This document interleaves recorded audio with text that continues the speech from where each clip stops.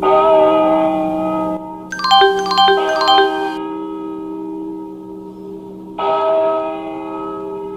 목소리로 신앙 고백을 사도신경을 통하여 드리겠습니다. 전능하사 전지를 만드신 하나님 아버지를 내가 믿사오며 그의 아들 우리 주 예수 그리스도를 믿사오니 이는 성령으로 잉태하사 동정녀 마리아에게 나시고 본디오 빌라도에게 고난을 받으사 십자가에 못 박혀 죽으시고 장사한 지 사흘 만에 죽은 자 가운데서 다시 살아나시며 하늘에 오르사 전능하신 하나님 우편에 앉아 계시다가 저리로서 산 자와 죽은 자를 심판하려 오시리라. 성령을 믿사오며 거룩한 공예와 성도가 서로 교통하는 것과 죄를 사하여 주시는 것과 몸이 다시 사는 것과 영원히 사는 것을 믿사옵나이다. 아멘. 자, 오늘 주일은 사순절 넷째 주입니다. 사순절이란 주님께서 우리 위하여 고난 받으신 사실을 기억하면서 묵묵히 또 겸손히 주님의 고난에 동참하는 마음으로 주님의 가신 그 길을 의미하면서 보내는 주간입니다. 우리는 찬송가에서보다도 또는 복음송가에서도 은혜를 받을 때가 있어요. 복음송가의 영문 밖의 길이라고 하는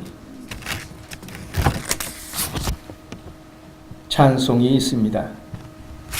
그 가사는 아는 분들은 알겠지만 모르는 분들도 있을 것 같아서 제가 소개를 하겠어요. 서쪽하는 붉은 노을 영문 밖에 비추노나 연야가 온 두 어깨에 십자가를 생각하니 머리에는 가시관 몸에는 붉은 옷 힘없이 걸어가신 영문 밖의 길이라네. 2절은 이렇습니다. 한 발자국 두 발자국 걸어가신 자국마다 뜨거운 눈물 붉은 피 가득하게 고였구나. 가나간 유대병정 포화간 로마병정 걸음마다 자국마다 가진 포화 지셨구나. 3절은 이렇습니다. 눈물 없이 못 가는 길 피 없이 못 가는 길 영문 밖의 좁은 길이 골고다의 길이 나네. 영생복락 얻으려면 이글 많은 걸어야 해. 배고파도 올라가고 죽더라도 올라가세. 이렇게 나와요. 4절 5절 계속 있습니다마는 시간상 이 정도로 마치겠어요. 서쪽 하늘 붉은 노을 영문 밖에 비치누나 연야가 온 두 어깨에 십자가를 생각하니 머리에는 가시가 몸에는 붉은 옷 힘없이 걸어가신 영문 밖의 길이라니.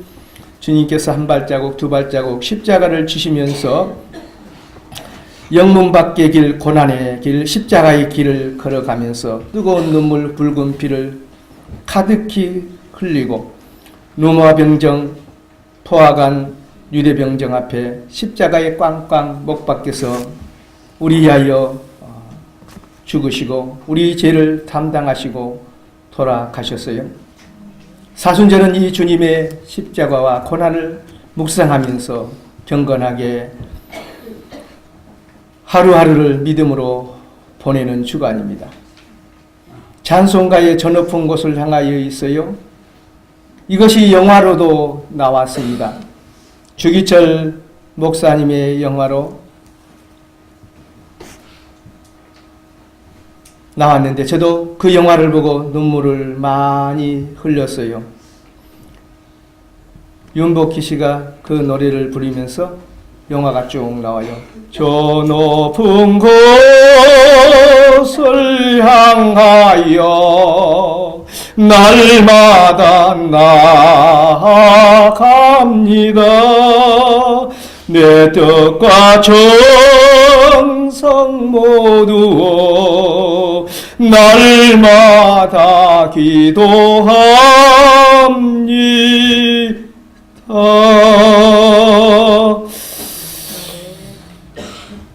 주기철 목사님이 일본 경찰들에게 감옥에 갇혀서 일본 천황을 섬기는 신사 앞에 절하라고 하는데, 내가 어떻게 하나님을 섬기는 자로서 우상인 이 천황 신 앞에 내가 절할 수 있겠느냐? 절하지를 않았어요. 모진 고문과 쓰라린 고통을 다 받으면서도 그는 신사 앞에 무릎 꿇고 절하지 않았습니다. 어느 날인가 밥상을 정말 잘 차려와서 기도하고 먹으라는 거예요. 그래서 먹으려고 딱 보니까 앞에가 신사 그거 있는 거예요. 그걸 사진 찍어서 또 홍보를 하려고 그러는지 그걸 보고 밥상을 엎어버리고 먹지 않고 신사 그 앞에 고개를 숙이지 않았다고 하는 것입니다. 그리고 너가 신사 앞에 절하지 않으면 마지막에 모파니를 걸어가도 가는 거예요. 못이 거꾸로 박혀서 있는데 그 모파니를 많은 사람들이 구경 왔어요.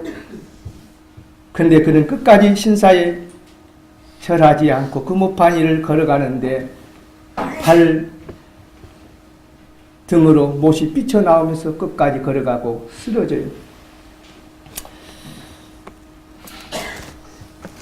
그가 1944년 9월 밤 9시에 순교를 했습니다.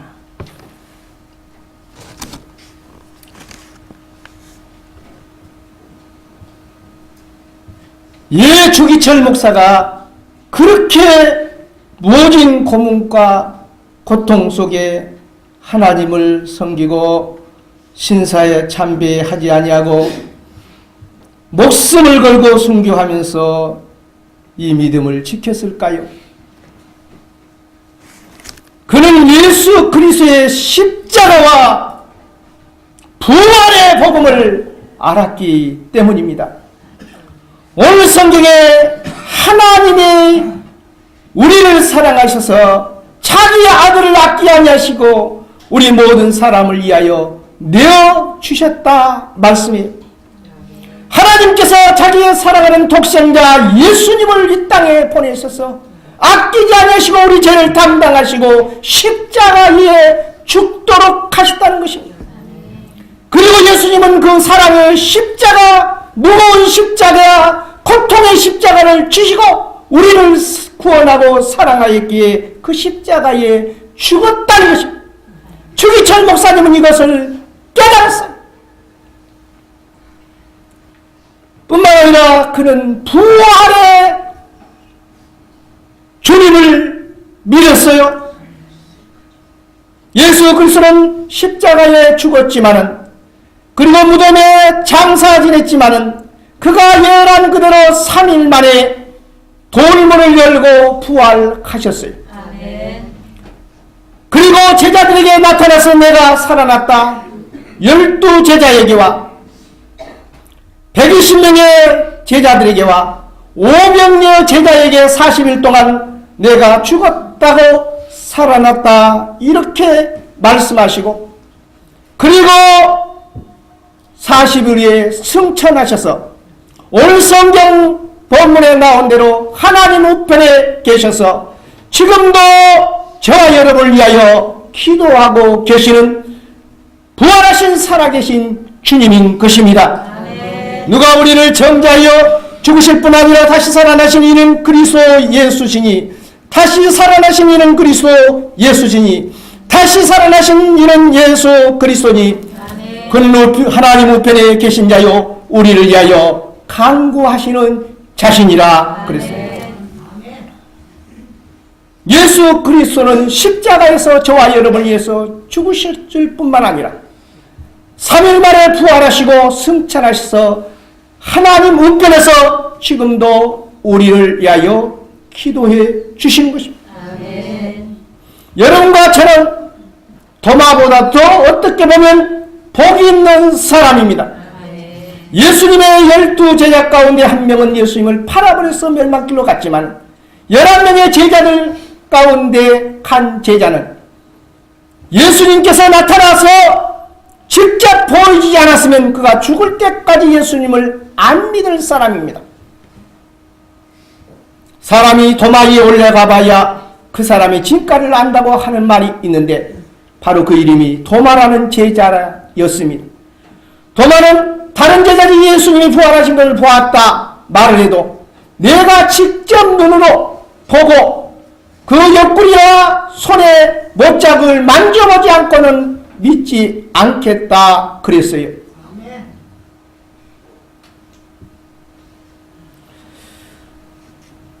그런 8일 후에 예수님께서 방문이 다 잠기고 문도 열지 않고 들어오셨어요. 도마야 이리 와서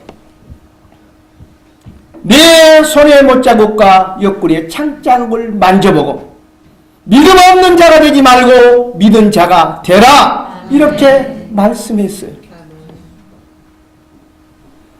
도마가 예수님의 못자국과 창자국을 확인하고 실증론적으로 그는 직접 만져보고서야 나의 주시며 나의 하나님입니다. 그리고 예수님을 믿고 일평생 복음을 증가하고 인도까지 가서 복음을 증가하다가 순교했다고 하는 전에 내려온 이야기가 있습니다. 어떻게 보면 우리는 다른 제자들처럼 예수님을 말로만 듣고 믿는 사람도 있고 실증적으로 확신하고 믿는 사람도 있어요. 우리는 두 가지로 전도해야 합니다. 하나는 기도로 전도해야 되고 하나는 직접적으로 예수 그리스도를 믿으세요. 예수 그리스도는 당신의 생명이요 구원입니다. 예수 그리스도를 믿으면 복을 받고 천국 가고 구원을 얻습니다. 예수 그리스도의 복음을 증거해야 되는 것입니다.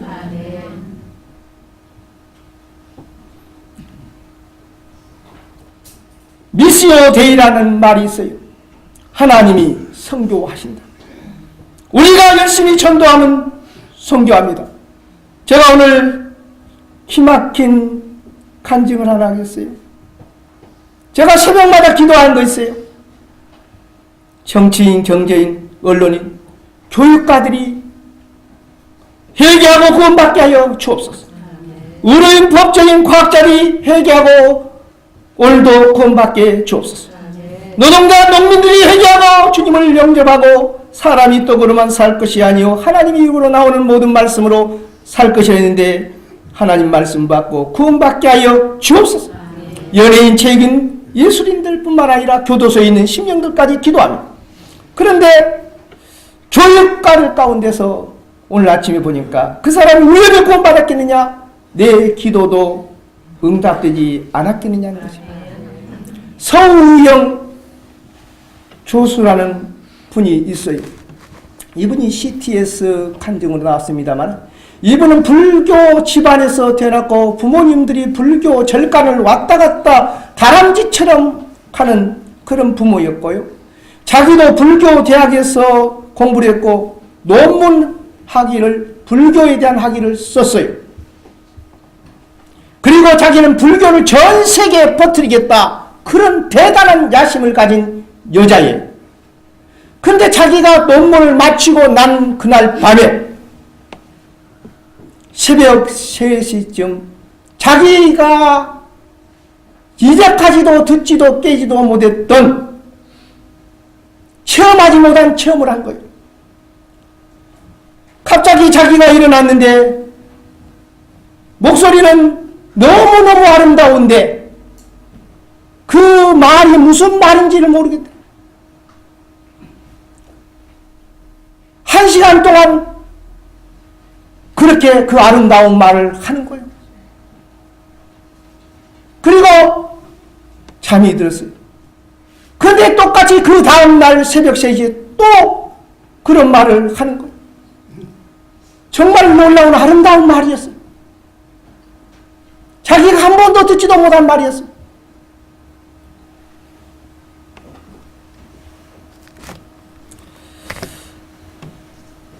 그런데 세 번째 날에는 똑같이 새벽 3시에 그 아름다운 말을 자기가 하면서 일어나서 1시간 동안 떠드는데, 자기는 떠들면 염불하는 거,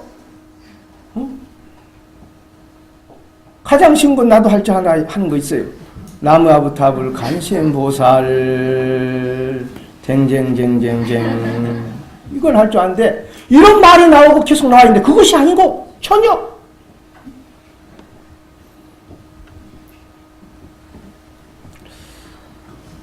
그러니까 남편도 불교에 심취해 있는 사람이고 자기도 알아듣지도 못하고, 당신이 논문 쓰니라고 너무 신경이 예민해서 그런 것 같으니까 친정 가서 쉬라고 그러면서 친정에 데리고 갔다고 하는 거죠.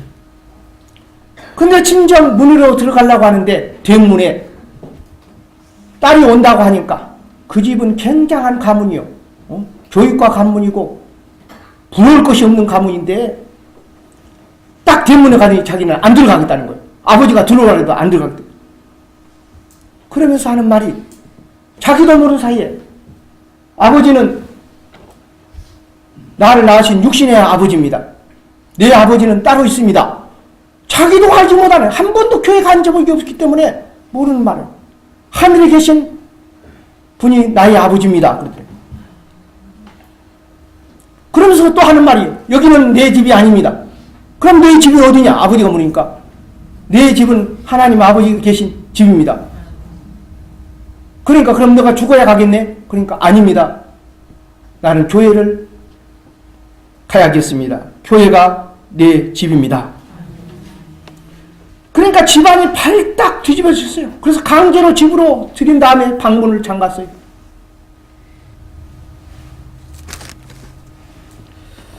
그런데 방 안에서 문 다 잠갔는데 이제 밤만 들어오는 거예요. 방 안에 들어가서 무릎 꿇고 기도하다가 착 보는데 그때 기도만 나오더라는 거예요. 자기도 기도할 줄 모르는데 기도만 나와. 근데 이상한 그림 하나 있는데 그 초상화가 일반적으로 보면 다른 평범한 것인데, 그 초상화에 십자가에 피 흘리신 예수님의 모습이 그 초상화에 보이는 거예요.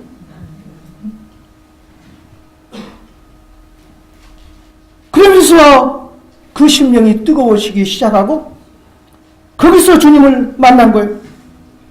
그래서 부모님들이 전체가 그 자기 남편하고 8남매 중에서 6녀, 2남 6녀랍시다. 6녀 중에 또 맏딸이라고 그래요. 공부도 잘했고 또 박사 논문까지 쓰는 사람이기 때문에 굉장히 난리가 났었는데, 그래서 정신과로 들어가느냐 뭐하냐. 근데 동생이 물을 뜯고 왔더래요. 물을 뜯고 왔는데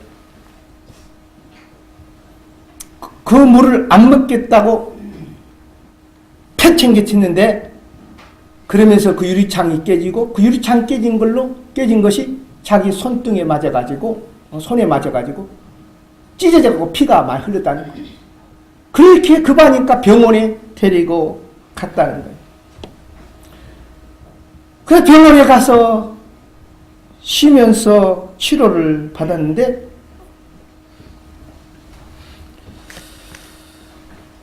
그러다가 다시 집에 들어와서 또 감시가 시작되고 못 다니게 하는 거예요. 교회를 못 가게 하는 거예요. 자기는 교회 가야 되겠다는데 못 가요. 돌았다는 거죠. 그러다가 빈틈을 찾아서 유리창을 열고 교회를 가서 며칠 못 먹었는데 교회 문을 여니까 담임 목사님 안 계시고 부목사님이 계셨다고 그래요. 그리고 쓰러졌대. 한참 후에 그 부목사님이 깨우면서 어떻게 교회 오셨냐고. 그러니까 나는 기도하러 왔다고 그러더래요. 식사했냐고. 그러니까 밥을 안 먹었다고. 한 자매님 부르더니 식사를 차려서 같이 드시라고 하는데 그의 음성에 이사의 자매는 내 형제요 자매요 모친이라 그 말씀이 나오더래요. 근데 그 식사 끝난 다음에 목사님과 대화하는데 새벽 3시에 했던 그 말이 막 또 나오는 거예요. 아름다운 말이 막 나오는데 근데 한마디가 한국말로 나오는데 그 한국말로 말 나오는 것을 목사님 듣는데 자기는 사실 뭔 말인지 몰랐는데 목사님은 알아듣는 거예요. 항상 기뻐하라. 쉬지 말고 기도하라. 범사에 감사하라. 그런데 자기가 몇 마디 했는데 어떻게 그렇게 성경을 잘 아느냐고 목사님이 그러더래요. 자기가 한 것이 아니라 방언으로도 했던 것인데 지금이야 자기 알지만은 방언을 했던데 그 방언이 다 성경 구절이었다는 거예요.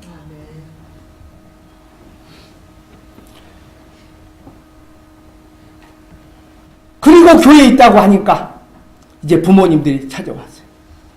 찾아와서 교회에서 새롭게 옷 갈아입고 집에 와서 무릎 꿇고 담대하게 말했어요.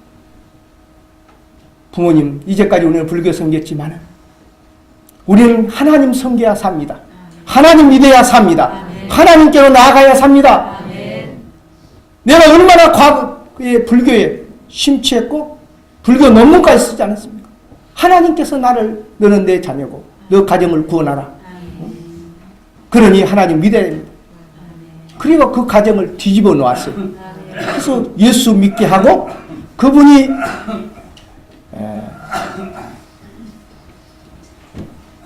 연세대학교 신학대학원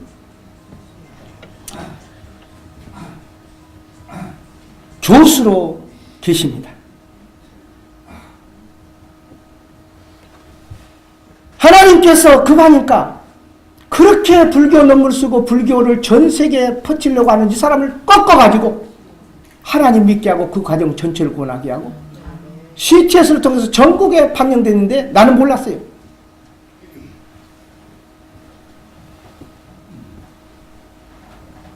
여러분의 스마트폰에도 서우경 교수 치면 끝나고 나면 처음부터 끝까지 다 들을 수 있어요.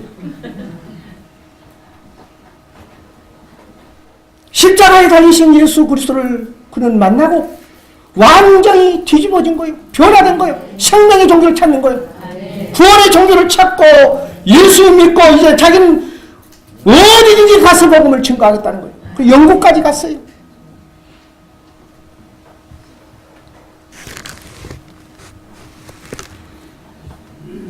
오늘 보면은 3가지 사랑을 보여줘요. 첫째는 하나님이 자기 아들을 아끼지 않으시고 보내주신 하나님의 사랑. 두 번째는 하나님 우편에서 우리를 위해서 구원하시기 위해서 구원하도록 자기가 구원해 놓은 십자가의 복을 믿고 구원을 얻도록 하시는 우리 예수 그리스도의 사랑. 어떤 시험과 역경 속에서도 환난과 역경을 승리하고 하나님의 사랑에서 끊을 수 없는 그 사랑을 믿도록 하는 성령님의 끊임없는 역사하시는 사랑을 우리는 볼 수가 있는 것입니다. 주기철 목사님이 저 높은 곳을 향하여 나아갔지만 우리는 그 못한 일을 참 걷기는 힘들어요.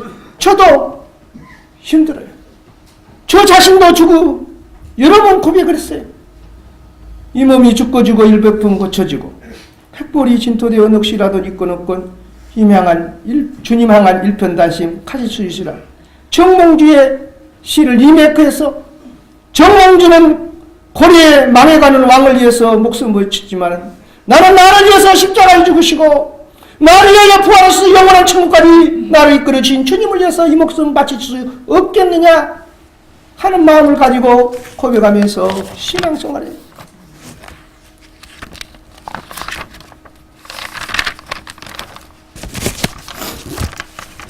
우리의 믿음의 선배들이 그렇게 쉬운 신앙생활한 것이 아닙니다. 일제시대 때도 그랬고 6.25 때도 그랬고 포기고기 넘을 때도 그랬어요. 핍박이 오면 맞고 어려움이 오면 터지고 괴로움이 오면 참고 이 신앙을 굳게 지켜 나가기 위해 힘썼습니다.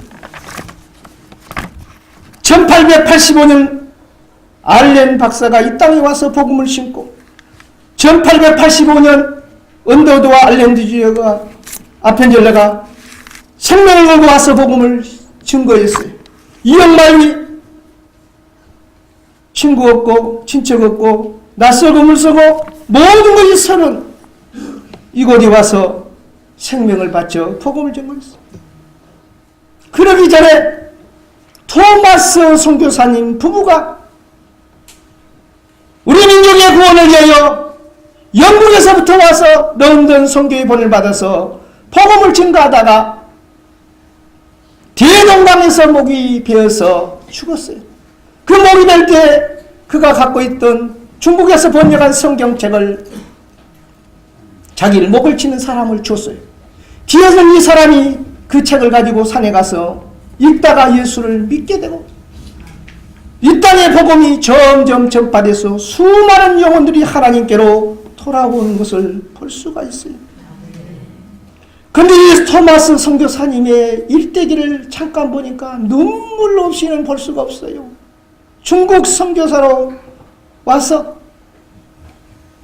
언어도 잘 안 통하고 그래도 열정과 그 영혼들을 구원하기 위해서 열심히 증거하는데 사실 그래요. 복음을 증거하다 보면 예적인 적도 그렇지만 내적인 적도 시험이 될 때가 있어요. 때로 성도든 집사님들끼리 권사님들끼리 시험 될 때도 있지만은 때로는 목사님들끼리 선교사님들끼리도 시험 될 때가 있어요. 함께 동력하는 상관인 무헤메드 선교사님과 토마스 목사 갈등이 지니까 그분이 자꾸 일을 방해하는 거예요. 자기 측면에 방해하지만은 그 사람 편에서는 올거랭이를 한다 그러니까 갈등이 되는 거예요. 그래서 런던 선교에다가 사표를 쓰고 다른 곳으로 옮겼는데 그곳에서 한국 사람을 만나가지고 이제 한국을 가게 되는 거예요. 그런데 그때 자기 아내가 부부 선교사로 왔으니까 임신을 했어요. 임신했는데도 임신했으니까 그 중국 상하이는 별로 좋지 못한 것이라서 한국은 더 좋지 않겠느냐. 그리고 한국 가서 복음 증거하면서 부인을 데리고 와야겠다. 그런 생각을 했는데 그가 한국에 와서 살피다가 청천벽력 같은 소식을 듣습니다.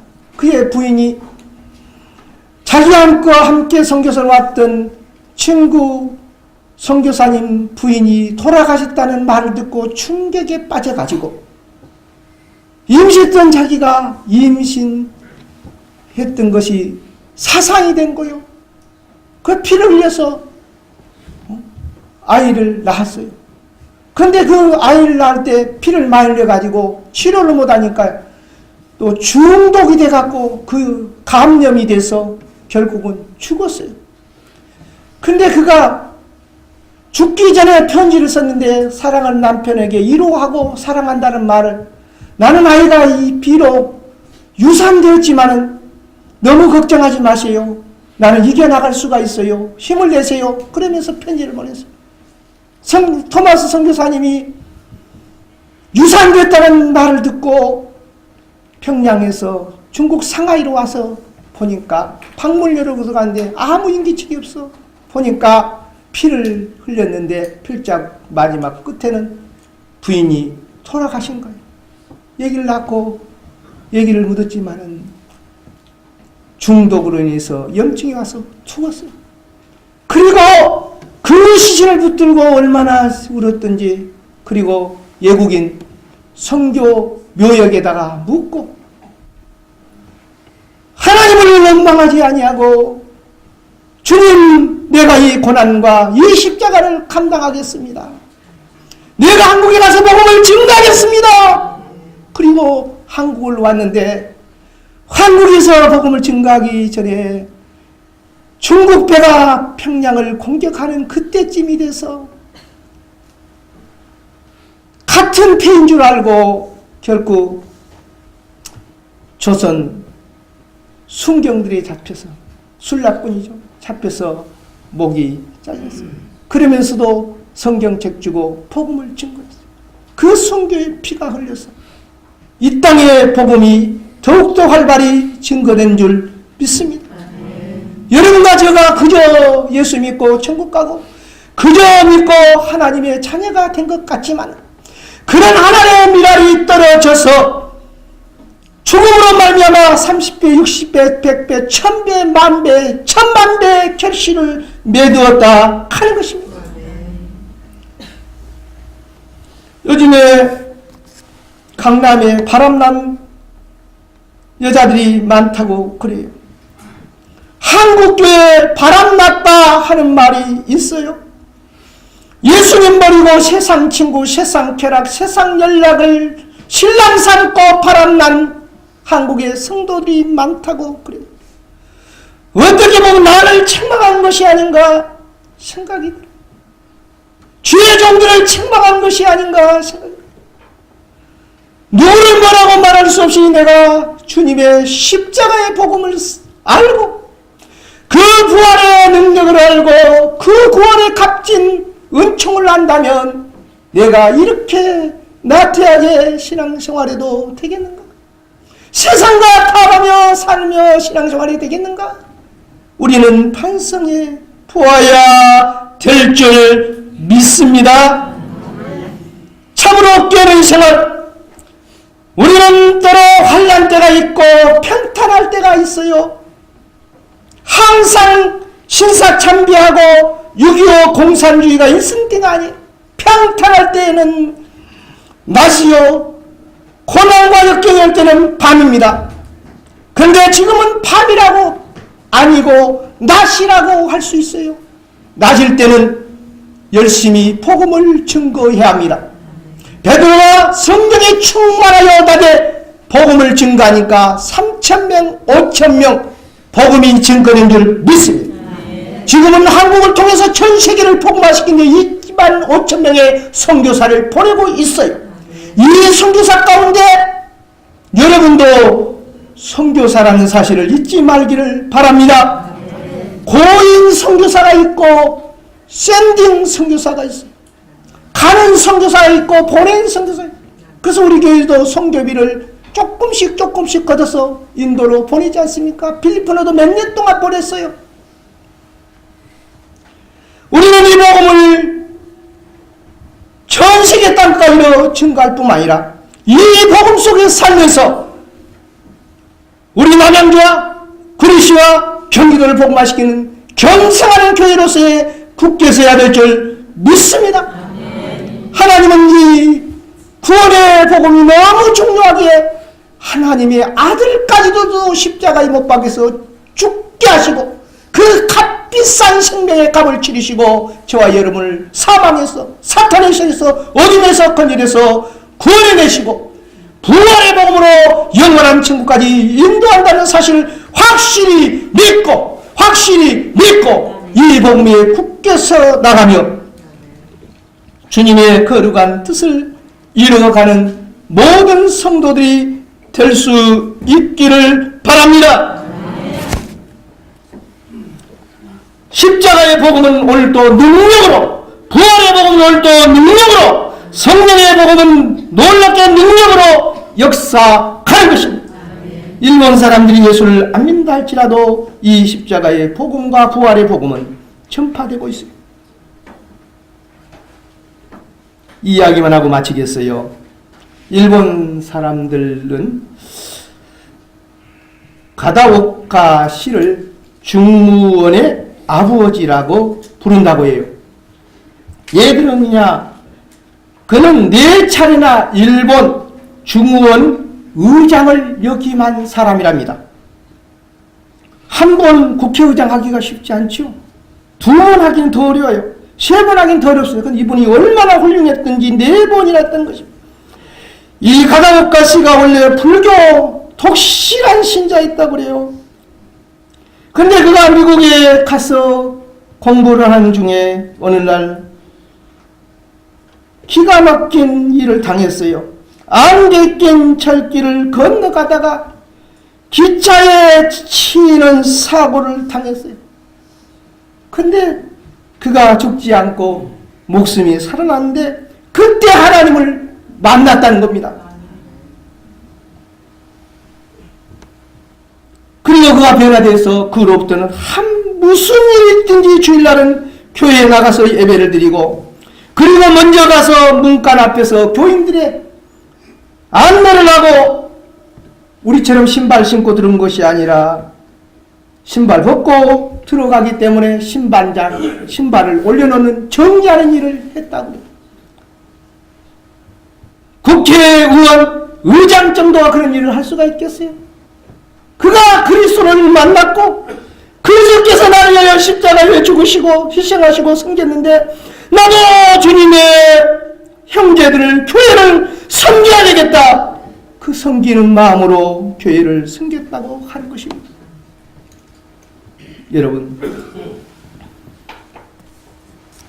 예수 그리스도의 십자가만이 여러분과 저를 구원의 길로 이끕니다. 이 사순절 기간에 주님의 십자가와 부활을 더 묵상하면서 더 믿음 위에 굳게 서가는 승리하는 성도들이 되기를 주님의 이름으로 축원합니다. 축원합니다. 기도하겠습니다. 은혜로우신 하나님 아버지 감사합니다. 이제는 우리 구주 예수 그리스도의 자기 아들 아끼지 아니하시고 내어주신 아버지에 하나님, 놓고 크신 사랑, 우리를 그토록 자기 아들보다 우리를 더 사랑했던 하나님, 교제교주 우리를 사랑하기에 십자가에서 자기 목숨을 버리신 우리 주님, 우리 예수님의 부활과 십자가를 묵상하며 승리하는 삶을 살기로 다짐하는 사랑하는 경석교회 모든 하나님의 자녀들 머리머리 예와 이들의 가정과 사업과 자녀의, 그리고 이 나라의 민족과 이북에 있는 나의 불쌍한 동포들이 이제부터 영원토록 함께 계시옵기를 간절히 축원하옵나이다. 아멘.